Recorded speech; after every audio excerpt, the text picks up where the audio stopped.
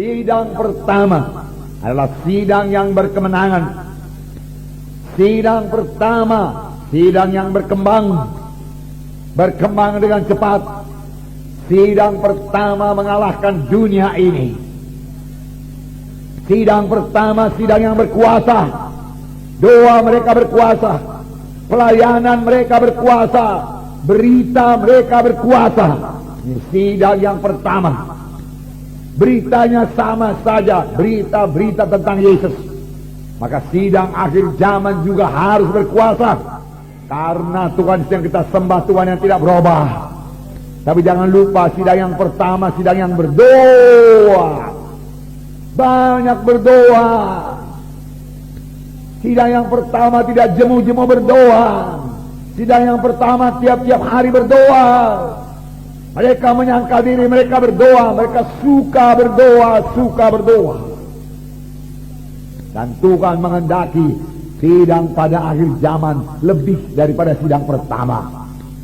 Bukan hanya sama seperti sidang pertama.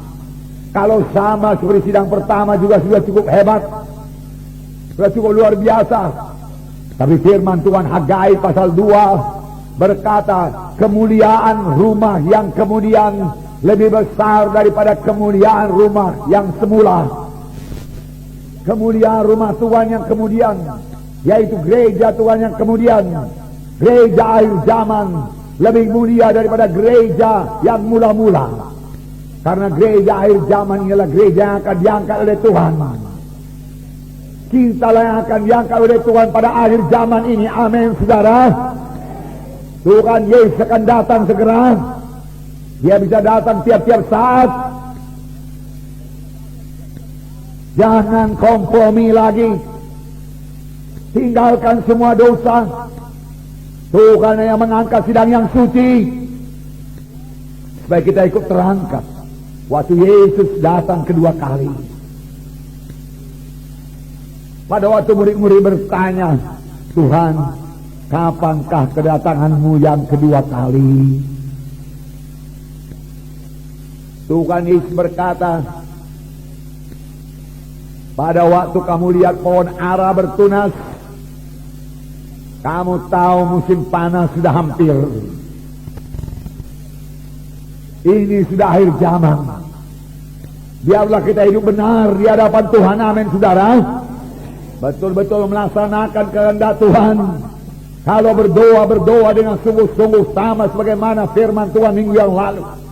Bersungguh-sungguh berdoa. Kalau melayani dengan bersungguh-sungguh melayani. Kalau bersaksi dengan sungguh-sungguh. Jangan malu mengaku Tuhan Yesus.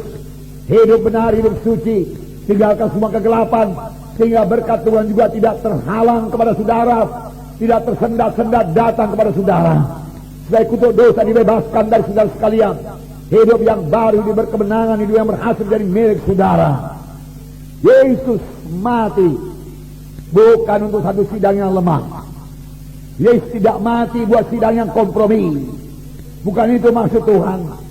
Bukan satu gereja yang pelin-pelan. Bukan satu gereja yang kompromi dengan kegelapan. Itu bukan kehendak Tuhan. Bukan untuk satu gereja yang mati, tidak ada kehidupan di situ. Bukan. Bukan satu gereja yang lemah, yang tidak menjadi terang. Bukan.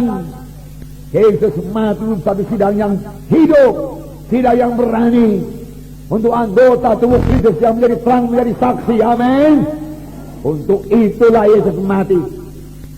Membangun tubuh Kristus, membangun bangsa pilihan Tuhan, imam-imam yang berkerajaan. Firman Tuhan berkata, supaya kamu memberitakan kemuliaan Tuhan sampai ia datang. Haleluya, saudara. Itulah dia maksud Tuhan. Satu sidang yang suci, satu sidang yang kuat, satu sidang yang tidak kompromi, satu sidang yang tidak lemah, satu sidang yang bersaksi, yang tidak malu mengakui sebagai Tuhan dan Juru Selamatnya. Ini kehendak Tuhan. Dan ini, saudaraku, sudah bertambah-tambah jadi di dalam sidang ini. Amin. Amin. Haleluya, haleluya. Tetapi bukan berarti pula tidak ada kesukaran, bukan berarti tidak ada penderitaan, tidak ada ujian, tidak ada pencobaan. Bukan. harus ada pencobaan, harus ada penderitaan. Tapi bukan penderitaan karena dosa, bukan penderitaan karena penyakit, bukan penderitaan karena kutuk dosa.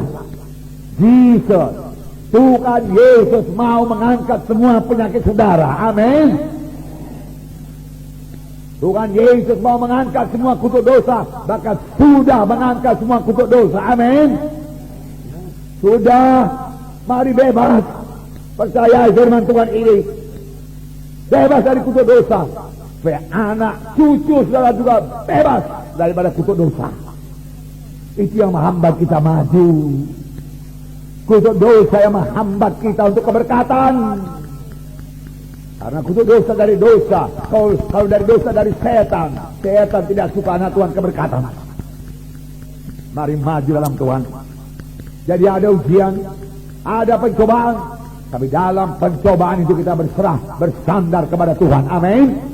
Ini kehendak Tuhan, saudaraku.